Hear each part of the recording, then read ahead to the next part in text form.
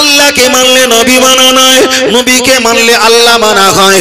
আমি বলতে বলতে বিষয়টা অনেক লম্বা করে ফেলেছিলাম, তবে আপনার কাছে আমি আর একটা কথা বলছি। আল্লাহর ইবাদত, নবীর মোহাব্বত, কোরআন তিলাওয়াত, মা বাপের খেদমত, মাজার জিয়ারত, একটাই দল জান্নাত। ওই দলটার নাম হলো আহলে সুন্নাত ওয়াল জামাত। তবে আপনার কাছে বলছি দাদু ভাই, আপনি নামাজের পরে একটু তাসবিহ তেলাওয়াত করবেন। যদি বলেন কেন, হয়তো আমাদের এলাকার হাফেজ সাহেব, ইমাম সাহেব ভাই, ওরা নামাজ পড়ার পরে একটু মাথায় হাত দেয়। আমার দিকে তাকান, বিষয়টা আরো ভালো হবে। মাথায় হাত দিয়ে এরকম এরকম স্পিড করে। আমি বলবো ভাই, আপনি এ কলে পানি খাবেন না, বিপদ। মাথায় হাত দিয়ে এরকম স্পিড করে যায়, কোন গর্ত পড়ছে ও নিজেই জানে না। তবে হাদিস শরীফে এসেছে, তোমরা তাসবিহ পাঠ করো। আল্লাহর নবী সাহাবা হযরত ওমর রাদিয়াল্লাহু তাআলা আনহু, তিনি এক সময় একটা মাটির উপরে গাছ রোপণ করছিলেন। আল্লাহর নবী বললেন, বাবা ওমর, তুমি যে গাছ করছো, এই গাছের সংবাদ কি আমি আর একটা ভালো দেব? আল্লাহর নবী, আপনি দেন। নবী বললেন, সুবহানাল্লাহ, যদি একবার বলো আলহামদুলিল্লাহ, একবার যদি বলো লা ইলাহা ইল্লাল্লাহ, একবার যদি বলো আল্লাহু আকবার, যদি চারটে তাসবিহটা পাঠ করো, জান্নাতের ভিতরে আমার আল্লাহ চারটে গাছ রোপণ করে দেবেন। বলুন সুবহানাল্লাহ। আল্লাহ নবীকে বললেন, হুজুর আরেকটু শোনান, আরেকটু শোনান। নবী বললেন, এক একটা গাছ হবে, গাছের পাতা হবে স্বর্ণের, খোলস হবে স্বর্ণের, টোটাল গাছটা হবে স্বর্ণের। ওমর বললেন, হুজুর আরো বলেন। আল্লাহ নবী বললেন, বাবা ওমর, তবে এক একটা গাছের পরিমাণ এত বড় হবে, ওই গাছের উপরে যদি সূর্য পড়ে আর তলায় যদি ছায়া দান করে, ওই ছায়াটা অতিক্রম করতে একটা ঘোড়ার উপরে বসে 1000 বছর সময় লাগবে। তাহলে একবার সুবহানাল্লাহ বললে আল্লাহ জান্নাতে গাছ দেবে, আর ওই গাছের ছায়া 1000 বছর লাগবে অতিক্রম করতে। তাহলে এখানে প্রমাণ হয়ে গেল, আপনি এমন এমন করে পড়বেন, এ কলে পানি খাবেন না। এই কারণে বলেছি, আল্লাহ নবী বলেছেন, তোমরা 500 বার, না হলে 5 বার, না হলে 3 বার, না হলে একবার, একবার যদি তাসবিহ পাঠ করো, আসসামা আল আরদা, আসমান আর জমিনের মাঝখানে যত ফাঁকা আছে, একবার তাসবিহ পাঠ করার বিনিময়ে আল্লাহ এতটা ফাঁকা জায়গা নেকি দিয়ে ভরপুর করিয়ে দেবে। হোক ইমাম সাহেব 20 বার বলল, হোক হাফেজ সাহেব, মাওলানা সাহেব 50 বার বলল, আমার 50 বার বলতে হবে, এটা বাধ্যতামূলক নয়। আমি পরিষ্কার পরিচ্ছন্নতার সঙ্গে আবেগ দিয়ে, ভালোবাসা দিয়ে আমি 5 বার পড়বো। আর 5 বার যদি আল্লাহ ভালোবাসা দিয়ে কবুল করে নেয়, জান্নাতে আমি 5টা আল্লাহ নিয়ামতি গাছ পেয়ে যাব। ও আমার বাপজিরা, আমি আপনাকে বোঝাতে চেয়েছি, লক্ষ্য করে দেখা যায়, আমি আপনাকে বলছিলাম আল্লাহ তাসবিহ তেলাওয়াতের কথা। হবে এগিয়ে চলে যাওয়া যাক। আপনি মোবাইলে ফেসবুকে একটা হুজুরের রস শুনছেন ভালো, আপনি মোবাইলে একটা হুজুরের কেরাত শুনছেন ভালো, আপনি নসিহত শুনছেন ভালো, কিন্তু ওটা অবশ্যই ভালো, আমি খারাপ বলবো না।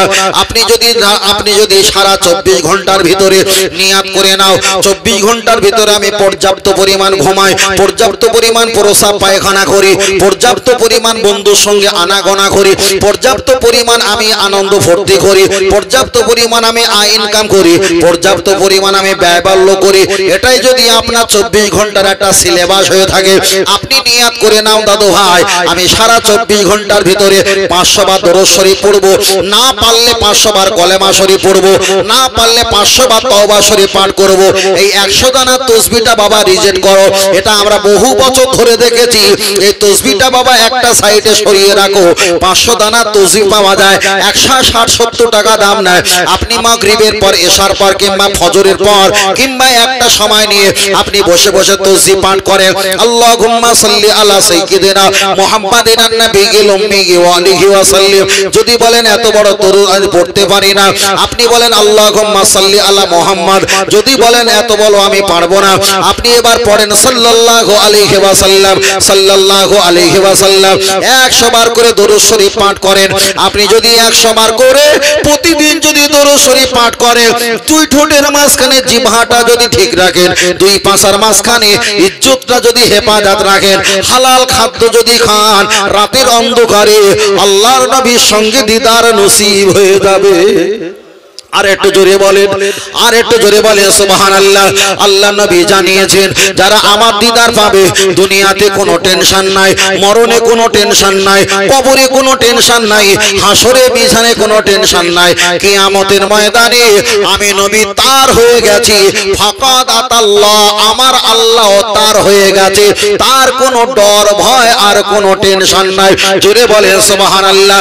ও আমার দাদু ভাই কিছু মনে করবেন না, কিছু খারাপ মনে করবেন না। আমরা সারাটা জীবন হুজুরদের হাতে হাত দিয়ে আমরা মুরিদ হয়েছি, মুরিদ হয়েছে, কিন্তু পূর্বের মুরিদ দিকে একটাবার খেয়াল করেন। পূর্বে যত মুরিদ মোতাকিন ছিল হুজুরদের হাতে হাত দিয়ে মুরিদ হয়েছে, অপর দিকে তারা আল্লাহর ওলি হয়ে কবরে চলে গেছে। আর আমরা শুধু হাত দিয়ে মুরিদ হয়ে 70 বছর বেঁচে আছি, মুরিদ হয়ে কবরে গেলাম, একবার ওলি হয়ে কবরে যাবার সুযোগ পেলাম না। তার কারণ নিজেদের দুর্বলতা। আমি বারবার আমি আপনাকে একটাই কথা বলছি, লক্ষ্য করে দেখা যায় আপনি কলেমা শরীফ জিকির করবেন, এই জবানে কলবে জিকির শুরু হয়ে যাবে, দুটো ঠোঁট একটা জায়গায় আপনি চেপে রাখলেন, আর ভিতরে জিহ্বাটা নাড়ালেন, জিহ্বাটা নাড়ালেন, গল্প করছেন, গল্প শুনছেন, আপনি জিহ্বাটা বারবার নাড়ালেন, লা ইলাহা ইল্লাল্লাহ, ঠোঁট আপনার এক জায়গায় থাকবে। কেউ যদি আপনার সঙ্গে কথা বলে বাজারে যাওয়ার জন্য, আপনি বলবেন ভাই হয় আমার আগে যাও, না হলে আমার পিছনে থাকো, আমার একা একা চলতে দাও, আমার 1000 বার কিংবা 500 বার আমার কলেমা তাসবিহ তেলাওয়াত জিকির করতে হবে। আমি নির্ধারিত করে নিয়েছি, সময়টা আমার অল্প হয়ে গেছে, আমার আগে নাই যাও, না হয় আমার পরে এসো, তবে তোমার সঙ্গে গল্প করে আমার আখিরাতটা শেষ করতে পারি না। তাই আমি আপনাকে বলছি বাবা, আপনি যখন বারবার আল্লাহ জিকির করবেন, আপনি ঘুমিয়ে পড়বেন, ঘুমানোর আগে মনে মনে জিকির করতে দরুদ শরীফ পড়তে পড়তে যখন ঘুমিয়ে পড়বেন, দেখতে পাওয়া যাবে আপনার কলব যদি একটা বার জারি হয়ে যায়। আল্লাহ নবী বলেছেন কোন ব্যক্তি যদি কলব জারি হয়ে যায়, ওই কলবে দুনিয়ার পাপ আর কখনো দবা হয় না, দবা হয় না। কেন? ওই কলবে আমার আল্লাহ পাকের নিয়ামতি নূর আল্লাহ বসিয়ে দেয়। আর একটু জোরে হবে না? তবে আমি আপনাকে বোঝাতে চেয়েছি, লক্ষ্য করে দেখা যায় আমি আপনার কাছে বারবার করে বলছি বাবা, আপনি অবশ্যই নামাজ পড়বেন, নামাজ পড়বেন। সবচাইতে বড় ইবাদত আল্লাহর নবী বলেছেন আফদালুল ইবাদাত ইবাদাতুস সালাত, সবচাইতে বড় ইবাদত হলো নামাজ। আপনাকে নামাজ পড়তে হবে। যদি বলেন কেন? বেশি বেশি নবীর নামে দরুদ শরীফ পাঠ করবেন। নবীর নামে দরুদ শরীফ যখন পাঠ করবেন, নবীর সঙ্গে একটা সম্পর্ক মহব্বত তৈরি হয়ে যাবে। ওয়াজ নসিহত শুনতে যাবে, যে নবীর নামে দরুদ সারাটা দিন 24 ঘন্টা বলো, ওয়াজ নসিহত শুনতে গিয়ে সেই নবীর প্রশংসা যদি না হয়, আপনার বসতে মন চাইবে না। আহারে, আমি যে মানুষটাকে এত প্রেম করি, ভালোবাসি, সেই মানুষটার কথা একটু আলোচনা হয় না, আপনার কিন্তু আর বসতে মন চাইবে না। আর আপনি যদি বারবার নবীর দরুদ শরীফ পড়েন, নবীর ধ্যানে যদি মগ্ন থাকেন, যে আলেম ওলামা হুজুর হাফেজ ইমাম নবীর প্রশংসা করবে, তখন আপনার এত ভালো লাগবে। তাকে আমি আপনাকে বারবার বোঝাতে চেয়েছি, আল্লাহ নবী জানিয়েছেন যারা আমাকে ভালোবাসবে, আমাকে ভালোবাসার বিনিময় কিয়ামতের ময়দানে ছেলে মেয়ে বিয়ে বাচ্চা যেদিন কেউ কারোর হবে না, আনা সাইয়্যিদু উলদি আদম ইয়াউমাল কিয়ামা, আমি লিডার হব, আমি সর্দার হব, আমি তাদের নেতা মাতব্বর হয়ে যাব।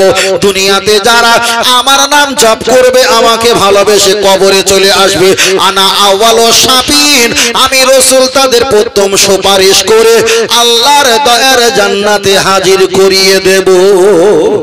না একা হয়ে যাবে, তখন মনটা এত নরম হবে। ফারাফায়াদাইহি, আল্লাহর কাছে শুধু দরুদ পড়বেন, জিকির করবেন, হাত তুলে কাঁদতে হবে না, চোখ থেকে পানি আসবে। আর রাসূল বলেছে লা ইয়ালিজুন নারা বাকামিন খাশিয়াতিল্লাহ, তোমার ওই এক ফোঁটা চোখের পানি জাহান্নামের আগুন ঠান্ডা হয়ে যাবে। জোরে বলে, আর একটু জোরে হবে না? আল্লাহ। চলেন আমি আপনাকে বোঝাতে চেয়েছি, খুব ভালো করে খেয়াল করবেন। আমি আপনার কাছে একটাই কথা বলছি, ও আমার দাদু ভাইরা, ভুল আমায় নেবেন না।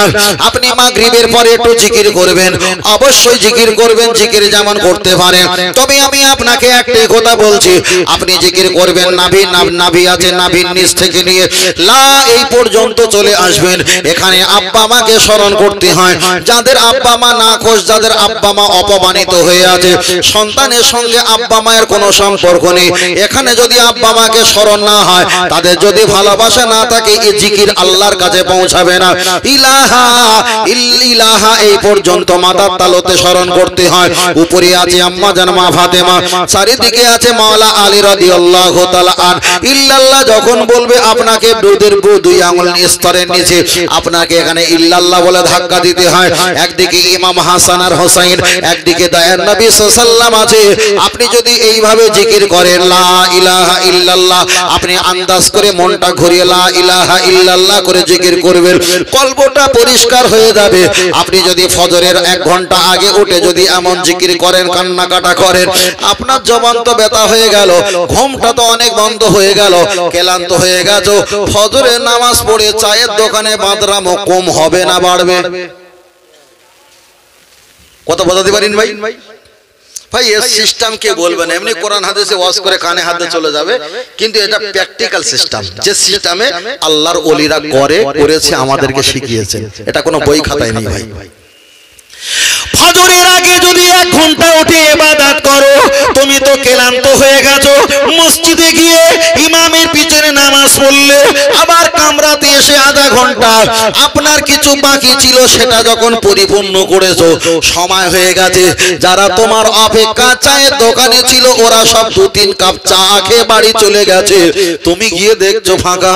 ওরা একদিন তোমায় পেল না, 2 দিন পেল না, 1 সপ্তাহ পেল না, তখন ওরা নিজেরা বলবে ও আমাদের দাম দেয় না কেন? ওই ব্যক্তি তোমাদের দাম দেবে কেন? ওই ব্যক্তি তো দাম দিয়েছে জগৎগুরু মুহাম্মদ সাল্লাল্লাহু আলাইহি ওয়াসাল্লামকে দাম দিয়েছে, আর আমার নবীর দাম দেওয়ার কারণে দুনিয়াতেও দামি, হাসরের ময়দানেও আল্লাহ দামি বানিয়ে দেবেন। জোরে বলেন সুবহানাল্লাহ। এবার আমি আপনাকে জিজ্ঞাসা করতে পারি, নামাজ পড়তে গেলে কোরআন লাগে না হাদিস লাগে? নামাজ পড়তে গেলে কোরআন লাগে না হাদিস লাগে দাদু ভাই? সূরা পড়তে হয় না? এই দুই হুজুর চিল্লাস না বেশি যা। নামাজ পড়তে গেলে কি লাগে? সূরা পড়তে হয়, কিরাত পড়তে হয়। নবীর কথা বলছিলাম, খেয়াল রাখবেন। তাই নামাজ পড়তে গেলে অবশ্যই কোরআন লাগে, অবশ্যই কোরআন লাগে। কিন্তু আমার আল্লাহ নবীকে কেমন মর্যাদা বানিয়েছে একটা হিসাব করে দেখেন। আপনি যখন মসজিদে যাবেন, মসজিদে 8টায় কিংবা 7:45 কিংবা 7:15 এশার আজান হয়, আল্লাহু আকবার আল্লাহু আকবার বলে আজান দেয় কিসের জন্য? মায়েদের মাথায় কাপড় না থাকলে কাপড় তুলে দেওয়ার জন্য নয়, মায়েদের দেখা যায় খানা পিনা খাওয়ার জন্য নয়, দোকানে শাটার বন্ধ করে দেওয়ার জন্য নয়, একমাত্র আজান দেওয়া হয় আল্লাহর ইবাদতের জন্য। তাহলে যে মসজিদে আজান দেওয়া হয় ওই আজানটা আল্লাহর কোরআন নয়, ওটাই হলো আমার নবী পাকের জবানের হাদিস। জোরে বলেন, আর একটু জোরে হবে না? মাশাআল্লাহ মাশাআল্লাহ মাশাআল্লাহ। চলেন আমি আপনাকে বোঝাতে চেয়েছি, খুব ভালো করে খেয়াল করবেন। তাহলে মসজিদে আজান হয় ওটা কোরআন নয়, ওটা হলো নবী পাকের হাদিস। মসজিদে যখন আপনি চলে যাবেন, প্রথমে ডান পা দিতে হয় আল্লাহুম্মা আফতালি আবু আবা রাহমাতিক। আপনি দোয়া পড়েছেন, ওই দোয়াটা কোরআন নয়, ওটা নবী পাকের হাদিস। আপনি যখন মসজিদে গিয়ে আপনি যখন দোয়া পড়বেন, নিয়াত পড়বেন, নাওয়াইতু আন উসাল্লিয়া লিল্লাহি তাআলা আরবা রাকাত সালাতে ইশা, এমন করে 3 রাকাত, 2 রাকাত, 4 রাকাতে নামাজে যখন নিয়াত করবেন, ওই নিয়াতটা কোরআন নয়। আল্লাহর নবী বলেছেন ইন্নামাল আমালু বিন্নিয়াত, প্রতিটা কাজে নির্ভরযোগ্য তোমরা নিয়াত করো। ওই নিয়াতটা কোরআন নয়, ওটা নবী পাকের হাদিস। আপনি যখন নিয়াত করার পর তাহারিমা বাঁধবেন নাভির নিচে, ওটা হলো বুখারীর হাদিস, ওটা কোরআন নয়। আপনি তাহারিমা বাঁধার পর সুবহানাকা আল্লাহুম্মা সানা পড়বেন, ওই সানাটা কোরআন নয়, ওটা আমার নবী পাকের হাদিস। আবু আউযু বিল্লাহি মিনাশ শাইতানির রাজিম পড়বেন, ওটা কোরআন নয়, ওটা নবী পাকের হাদিস। কোরআন শরীফ যদি 114টা সূরা থাকে, কোরআন শরীফ যদি 30 পারা হয়, 6666 যদি আয়াত হয়, 848টা যদি পৃষ্ঠার হয়, নরমালে 3000 2500 2000 তো দাম হয়। ওই কোরআন শরীফে আউযু বিল্লাহ কোথাও লেখা নেই, ওটাই হলো আমার নবী পাকের হাদিস। তাহলে এত বছর শুনে এসেছিলাম নামাজ পড়তে গেলে কোরআন লাগে, আজকের এই হিসাব করে দেখছি নামাজের এতটা ভিতরে পৌঁছে গেছি, এখন এক পিস কোরআনের কোনো অক্ষর পেলাম না, এখনো চলছে নবী নবী নবীর হাদিস নবীর হাদিস। তাহলে আর একবার স্মরণ করিয়ে দেওয়া যাক, আল্লাহকে মানলে নবী মানা নয়, নবীকে মানলে আমার আল্লাহর সব নিয়ম পালন করা হয়। চলেন আমি আপনার কাছে সংক্ষেপে বিদায়ের জন্য কিছু সংক্ষেপ বলে থাকি। আপনি যখন তাহারিমা বেঁধেছেন আউযুবিল্লাহ, ওটা হলো হাদিস। আপনি বিসমিল্লাহির রহমানির রহিম বলেছেন, বাসিনজের বিসমিম লামজের মিল্লাম খরজাবাল্লাহ হে রাজের হি রহে যাবার র মিম খরজাবার মা নুন রাজিন র যাবার রাহিয়াদের হি বিবজের মি বিসমিল্লাহির রহমানির রহিম। আল্লাহ के नाम से शुरू करता हूं जो बड़ा मेहरबान निहात रहम वाला है, ওটাই হলো আমার নবী পাকের হাদিস। আপনি এবার আলহামদু মানে সূরা ফাতিহা পড়েছেন, ওটা আল্লাহর কোরআন। সূরা ফাতিহার পরে অন্য একটা সূরা জোড় দিয়েছেন, ওটা হলো আল্লাহর কোরআন। আপনি সিজদায় চলে যাবেন, সুবহান রাব্বিয়াল আযীম আপনি রুকুতে গিয়ে পড়ছেন, ওটা হলো হাদিস। সামি আল্লাহু লিমান হামিদা বলে দাঁড়িয়েছেন, ওটা কোরআন নয়, ওটা নবী পাকের হাদিস। রব্বানা লাকাল হামদ বলেছেন, ওটা হাদিস, ওটা কোরআন নয়। আল্লাহু আকবার বলে সিজদায় চলে গেছেন, ওটা কোরআন নয়, নবী পাকের হাদিস। সিজদা গিয়ে আপনি সুবহান রাব্বিয়াল আলা পড়েছেন 3 বার 5 বার 7 বার 9 বার 11 বার 13 বার, ওটা কোরআন না, ওটা নবী পাকের হাদিস। আপনি সিজদা গিয়ে সুবহান রাব্বিয়াল আলা, ওটা হাদিস। আপনি বসে পড়েছেন, আত্তাহিয়াতু পড়ছেন, ওটা কোরআন না, ওটা নবী পাকের হাদিস। আপনি তাশাহুদ পড়েছেন, ওটাও হাদিস। আপনি দরুদ শরীফ পাঠ করেছেন, ওটাও হাদিস। আপনি দোয়া মাসুরা পাঠ করেছেন, ওটাও হাদিস। আপনি ডান দিকে সালাম ফিরিয়েছেন, আল্লাহ নবী বলেছেন আসসালামু ক্বাবলাল কালাম, প্রথমে সালাম দাও তারপরে দুনিয়ার কথা বলো। আমরা এতক্ষণ দুনিয়ার কথা বলছিলাম না, আমরা ইবাদতে ছিলাম। এবার সালাম দিয়েছি, এবার দুনিয়ার কথা বলতে পারবো। তাহলে সালাম দেওয়াটা কোরআন নয়, ওটা নবী পাকের হাদিস। আমরা আল্লাহুম্মা আমিন বলি, আল্লাহুম্মা আমিন কোরআন নয়, এটা নবী পাকের হাদিস। মোনাজাত জব ফারেগ হোক আর দোনো হাত মোহপার ফিরলো। মোনাজাত শেষ করার পরে আমরা দুটো হাত নিয়ে মুখের উপরে বুলিয়ে নিয়ে আসি, এটা কোরআন নয়, এটা নবী পাকের হাদিস। আমরা মোনাজাতের শেষে বিরহমাতিকা ইয়া আরহামার রহিমিন পড়ি, এটা কোরআন নয়, এটা নবী পাকের হাদিস। আমরা মোনাজাতের শেষে লা ইলাহা ইল্লাল্লাহু মুহাম্মাদুর রাসূলুল্লাহ সাল্লাল্লাহু আলাইহি ওয়াসাল্লাম যদি বলি, এটা পূর্ণাঙ্গ কলেমা, কোরআন নয়, এটাও নবী পাকের হাদিস। তাহলে আযান থেকে নিয়ে একেবারে মোনাজাত শেষ পর্যন্ত কোরআন আর হাদিস মিলিয়ে যদি 10% নামাজে থাকে, 2% দুটো সূরা আল্লাহর কোরআন, আর বাদ বাকি 8% আমার নবীর হাদিস। আর একটু জোরে হবে না? আমরা আপনারা যে বলেন, আমরা যে বলি যে আল্লাহর ইবাদত করব, আল্লাহ খুশি হবে, শুধু নবীর ওখানে প্রশংসা বেশি আছে বলে ওই ইবাদতটা বড় হয়েছে। যদি নবীর প্রশংসা ইবাদত না থাকতো তাহলে ওই ইবাদতটা আল্লাহর কাছে বড় হতো না।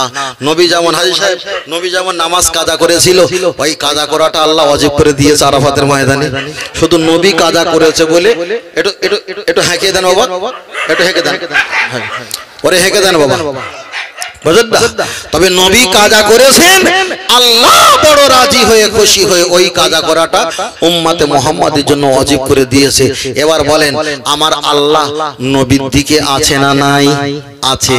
তাহলে আমার আল্লাহ যদি নবীর দিকে থাকে, আল্লাহ কারোর ব্যক্তিগত জিকির করে না, করে কার জিকির? আমার নবীর নামে জিকির। আপনি বলেন আপনি কোন দিকে যাবেন?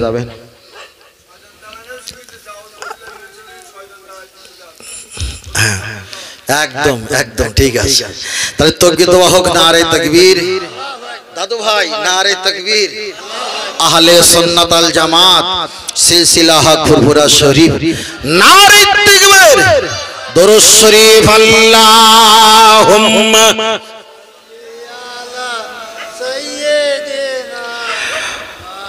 ওয়া আলা আলি সাইয়্যিদিনা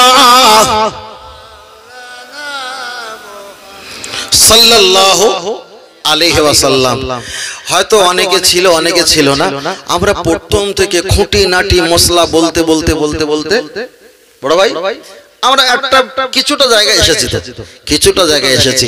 আমি যদি আরো কিছু বলতাম, পরিবেশটা যদি আরেকটু সৌন্দর্য লাগতো, আলহামদুলিল্লাহ আরো কিছু। তবে আল্লাহর ইচ্ছা, বান্দার চেষ্টা, সবকিছু মহান আল্লাহর উপরে নির্ভর করতে হয়। তবে সকলকে বলছি ভাই, জীবনে দলাদলি মতানৈক্য, ঠেলাঠেলি, ভালো খারাপ এ পরিবেশ থেকে একদম উঠে আসেন। আমরা গলা পর্যন্ত আছি, এ পরিবেশ থেকে উঠে আসেন। মান আরাফা নাফসাহু ফাকাদ আরাফা রাব্বাহু, যে নিজে নিজেকে নিয়ে ভাববে ফাকাদ আরাফা রাব্বাহু, ওই বান্দা খুব অল্প সময়ে আল্লাহর কাছে পৌঁছে যায়। বলুন সুবহানাল্লাহ। একটু নিজে নিজে ভাবেন, কোনো লাভ হবে না। আপনি যার পক্ষে হয়ে গালাগালি দেবেন সে আপনাকে চেনে না, সে আপনাকে মাইনে দেয় না। যাকে ভালো বলবেন সে আপনাকে কিছু বলেন, হ্যাঁ, তবে যারা ভালো ভালো যাদেরকে বলা হয়েছে, সার্টিফিকেট দেওয়া হয়েছে, তাদেরকে ভালো বলতে হবে। এখন প্রতিযোগিতামূলক চলছে, খবরদার কাউকে ভালো বলো না, কাউকে খারাপ বলো না। কি হবে? মিল্লিসানি, জবান দিয়ে বললে তোমার বিপক্ষে ফেসবুকে আরো 30টা লোক কমেন্ট করবে। অন্তত ওয়াজালিকা আদাহুল ঈমান, তুমি ঈমান বাঁচানোর জন্য চুপ করে বসে থাকো, কিছু বলো না। আমার কথা কি বুঝতে পারছেন ভাই? কিছু বলুন। ওই জন্য এই ফেসবুক হুজুর যে সর্বনাশ করতেছে আমাদের, মাথা খারাপ। আল্লাহ এই ফেতনা থেকে আল্লাহ হেফাজত করেন, বলেন আমিন। আরেকটা সকলে বলেন আল্লাহুম্মা আমিন। আরেকটা সকলে বলেন আল্লাহুম্মা আমিন। চলেন, আমি আপনার কাছে বলতে বলতে অনেকটা বিষয় আমি বলে ফেলেছি, তবে তার মাঝখানে আর একটা বিষয় আমি আপনার কাছে বলছি। লক্ষ্য করে দেখা যায়, ও বাবাজিরা, ফের এই কথাটা স্মরণ করিয়ে দেওয়া যাক। আমরা কিছু ঘন্টা পূর্বে এখানে ছিলাম না, আমরা এসেছি। আবার একটা সময় আসবে আমরা কেউ এখানে থাকবো। একদম ভেবে না এইটা, ভেবে না এইটা। আল্লাহ, আমি আল্লাহর কাছে শুকরিয়া আদায় করেছি, আল্লাহ আমাকে হেদায়েত দান করেছেন। আল্লাহর কাছে শুকরিয়া আমরা আদায় করেছি, আল্লাহ আমাদেরকে হেদায়েত দান করেছেন। বলুন আমিন। আর সকল আমিন।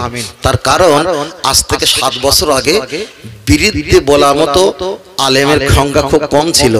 7 বছর আগে আমার মতন বিরুদ্ধে বক্তব্য মানে করেছে, তবে সংখ্যা খুব কম। আমি যা বিরোধিতা বক্তব্য, এখন বক্তব্য লাইন থেকে বুঝতে পারতেছো, যদি কারোর এগনেস্টে বলা হয় সেকেন্ডে চাঁটি মারা যাবে, সেকেন্ডে এর ক্ষমতা আল্লাহ আমাকে দিয়েছে। কিন্তু ভেবেছি একটা কথা, যদি হাদিসটা পড়েছি আর মাথায় আসে, একা একা আল্লাহ পাওয়া যায়। ও আমার সোনা মানিকে রাখিয়ে চলে যাওয়া যায়, লক্ষ্য করে দেখা যায়। ফের আমি আপনাকে বলছি, আমি আপনার কাছে একটাই কথা বলছি, আপনাকে বলছি, আপনি আল্লাহর ওলি হতে পারবেন। চেষ্টা করলে, কষ্ট করলে অবশ্যই আল্লাহর ওলি হতে পারবেন। তবে কেউ আপনাকে শিখিয়ে দেবে না আল্লাহর ওলি হতে গেলে কি কি যোগ্যতা লাগে। সবাই তো ব্যাখ্যা করে এক। এবার আজকে আমি আপনার কাছে এতটা ঘন্টার পরে, 11টার পরে আমি 3 মিনিট ব্যাখ্যা করব, যা আপনার লাইফে শোনা হয়নি। আল্লাহর ওলি হতে গেলে কি কি লাগে। এত বছর শোনো, সবাই বলেছে ও এলেম লাগে, কালাম লাগে, মুফতি লাগে, সার্টিফিকেট লাগে, ও নারকেলের ডিম লাগে, তালের বড়া লাগে, ওসব ঘোড়ার ডিম রাখো। কিচ্ছু না। আমি যদি প্রমাণ দেই, আল্লাহ মূর্খ মানুষকে ওলি বানিয়েছে, শিক্ষিত মানুষকে জাহেল বানিয়েছে। কথা বলতে পেরেছি ভাই? যদি বলেন প্রমাণ দেন, আমি আপনার এই অনেক কথা বলতে পারি, নাম ধরে বলতে পারি, অনেক কথা নাম ধরে বলতে পারি। আল্লাহ, চলেন, আমি আপনাকে বোঝাতে চেয়েছি আল্লাহর ওলি হওয়ার কিছু টিপস আমি আপনার কাছে বলছি। লক্ষ্য করে দেখা যায়, আপনি যখন কোন পীর ওলির হাতে হাত দিয়ে বায়াত মুরিদ হয়ে যাবে, আপনি যখন নামাজ পড়বেন, সর্বসময় আপনাকে চিন্তা করতে হবে, আমি আল্লাহকে দেখছি না, আমি আল্লাহকে তো দেখতে পাই না, মনে মনে করছি আল্লাহকে দেখছি, কিন্তু আল্লাহর কেমন রূপাকৃতি চেহারা আমি তো কোনো ধারণ করতে পারবো না। তাহলে আপনাকে মনে করতে হবে আল্লাহ আমাকে দেখছে। এটা হলো একটা দিক, কিন্তু শরীয়তের এটা দিক, কিন্তু মারেফাতের দিক হলো একটা। তুমি আল্লাহকে দেখোনি, তোমার মুর্শিদ হলো, তোমার রাহাবার হলো, তোমার পীর মাশায়েখ, যার হাতে হাত দিয়েছো, নামাজ পড়ার সময়, খাওয়া দাওয়া, চলাফেরা, তার চেহারাটা তোমাকে ফলো করতে হবে।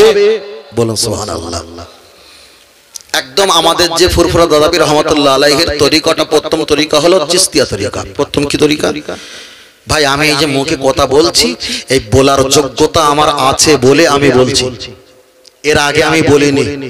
তুমি বাঁদরামো করলে 3 মিনিটে তোমার বাঁদরামো খাল খুলে জনগণকে দেখাতে পারি, বলার ক্ষমতা আছে বলেই আমি বলছি। এতদিন আমি বলিনি, আমি বলছি প্রথম থেকে এই পর্যন্ত শুধু টাস রেখে যাচ্ছিলাম। চলেন আমি আপনাকে বোঝাতে চেয়েছি তাহলে লক্ষ্য করে দেখা যায় আপনি যখন নামাজ পড়েন খাবেন দাবেন চলাফেরা করবেন আপনার সর্বসময় পীর মাশায়েখের চেহারা ওই চেহারা বদনটা আপনার ভিতরে সর্বসময় যারা ফোকাস করে তাহলে কি হবে পীর ওলির সঙ্গে আপনার ভক্তি মহব্বত বেড়ে যাবে নবীর দিদারে যদি প্রয়োজন হয় স্বপ্ন হালাতে ওই পীর সাহেব তোমার হাত ধরে পরিচয় করিয়ে দেবে এটাই হলো আমাদের নবী জোরে বলেন যারা পেয়েছে এইভাবে আমার কথা শুনলে তারা মজা মারছে বলে হুজুর ঠিক বলেছে চলেন আমি আপনাকে বোঝাতে চেয়েছি আপনি যখন নামাজ পড়বেন চলাফেরা করবেন পীর মাশায়েখের আপনার ওই চেহারাটা ওর সর্বসময় আপনার মুখে আপনার চেহারায় আপনার অন্তরে ধারণ করতে হবে কেমন ধারণ করতে হবে আমার বাবাজি হাজী সাহেব হজ করেছে কাবার সামনে গিয়ে সেজদা দিয়েছে বাড়ি এসে যখন নামাজ পড়ে চোখ বুজালে মনে করে আমি কাবার সামনে আছি এটাই যখন হয় আপনাকে ঠিক সেম এইভাবে মনে করতে হবে হুজুরি কলব বলা হয় হুজুরের কলবে আপনাকে নামাজ পড়তে হবে এক শুধু গুণে রাখে দ্বিতীয় নাম্বার হলো আপনি পীরের মুরিদ হবার পর আপনাকে সবক দেবে সবকটা আপনাকে যথাযথ পালন করতে হবে মাগরিবে আর ফজরে আপনার জিকিরটা অবশ্যই পালন করতে হবে ও বাবাজিরা একটু খেয়াল করে রাখেন আপনি মাগরিবে জিকির করবেন আমি আমার নথিবা দিকে কলব দিকে মতওয়াজ্জা আছি আমার কলব জনাব পীর সাহেব ও দাদা পীর সাহেব কেবলার কলব দিকে মতওয়াজ্জা আছি দাদা পীর সাহেবের কেবলার কলব হইতে চিশতিয়া তরিকা নফি ইসবাতে জলি জিকিরে ফয়েজ আল্লাহ পাকের আরশে আজিম হইতে আমার কলবে আসুক আপনাকে লা ইলাহা ইল্লাল্লাহ সিস্টেমটা বলেছিলাম কাঁধে মাথায় আর কলবে এই সিস্টেমে আপনাকে জিকির করতে হবে জিকির যখন হয়ে গেল কিছু দোয়া দরুদ পাঠ করে আপনাকে দোয়া করতে হবে সংক্ষেপ যখন হয়ে গেল আর কষ্ট নেই কষ্টটা আছে এবার এশার নামাজের পর এশার নামাজটা পড়া হয়ে গেছে আপনি এবার দরুদ শরীফ পাঠ করার জন্য নিয়াত করবেন 3 বার সূরা ফাতিহা 3 বার সূরা ইখলাস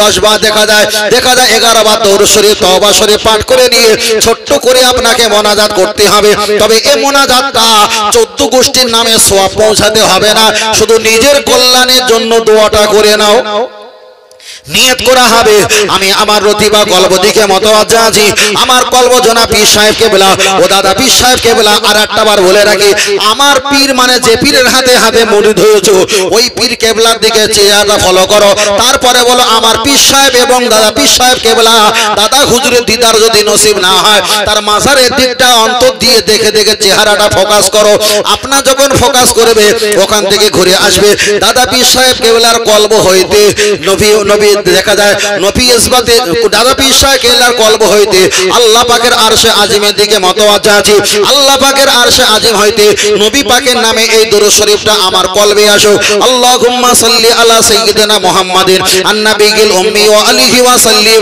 এমন করে আপনি দরুদ শরীফ পাঠ করবেন আপনার এশার দরুদ শরীফ হয়ে গেল মাগরিব হয়ে গেল বাকি আছে ফজরে আপনিও নিয়াত কালাম করে আপনি দরুদ শরীফ পড়বেন আল্লাহুম্মা সাল্লি আলা সাইয়্যিদিনা মুহাম্মাদ সাইয়্যিদুল মুরসালিন ওয়া আলা মুহি সুন্নতি শাইখ মুঈনুদ্দিন চিশতি ইমামুত তরিকতি ওয়াল আউলিয়াইল কামিলের এমন করে আপনি দরুদ শরীফ পাঠ করবেন যদি তরিকা পাশ করতে করতে খাজা হুজুরের সঙ্গে যদি দিদার নসিব হয় তোমার নামটা লিখে দেবে আর কোন পীর ওলিদের কাছে গেলে কাশফ হালাতে দেখে নেবে খাজা হুজুরের সঙ্গে দিদার হয়ে একটা তরিকা আল্লাহ কবুল করে দিয়েছে জোরে বলেন তাহলে একজন পীর হতে গেলে আর একটা পীরের কাছে বসলে কাশফ হালাতে দেখে নেবে ইনি খাজা হুজুরের সঙ্গে দিদার নসিব করে ইনি তরিকা মাস করেছে না জোর করে হয়েছে কথা বোঝাতে পেরেছি পুরো লাইন যদি বলি আরো চান্ডি ঘুরে যাবে যে জোর করে হয়েছে না স্বপ্ন থেকে হয়েছে কোনটা হয়েছে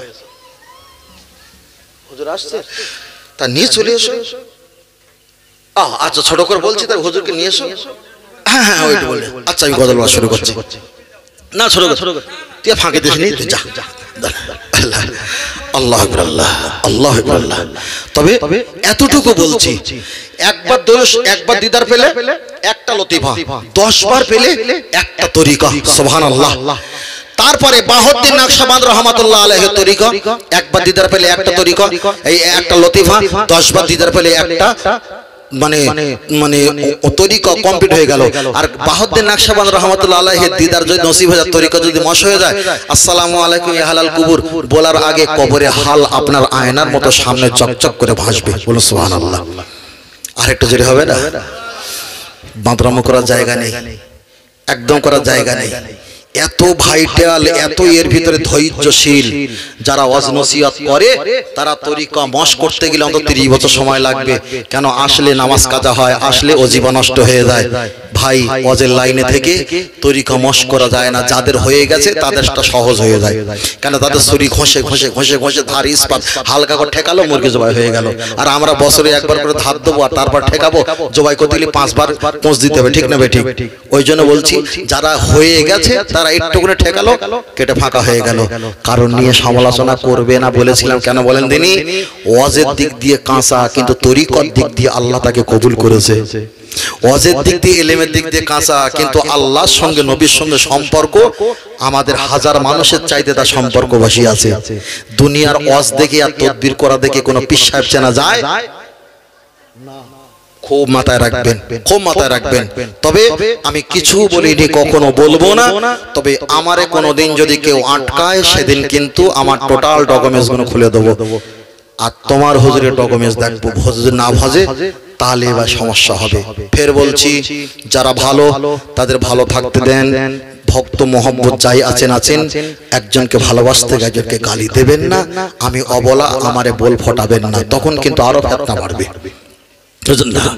বললো ইয়া রাসূলুল্লাহ, ইয়া হাবিবাল্লাহ, জোরে জোরে ইয়া রাসূলুল্লাহ। জোরে পড়ো বাবু, সবাই বলো। বললো ইয়া রাসূলুল্লাহ, ইয়া হাবিবাল্লাহ, গোলাপ নিলাম। একটা ফুল নেই, একটা ফুল নেব। আবার ছেলেরা দেখে যাবে, হুজুর আমাদের ফুল ছিঁড়ে ফেলেছে।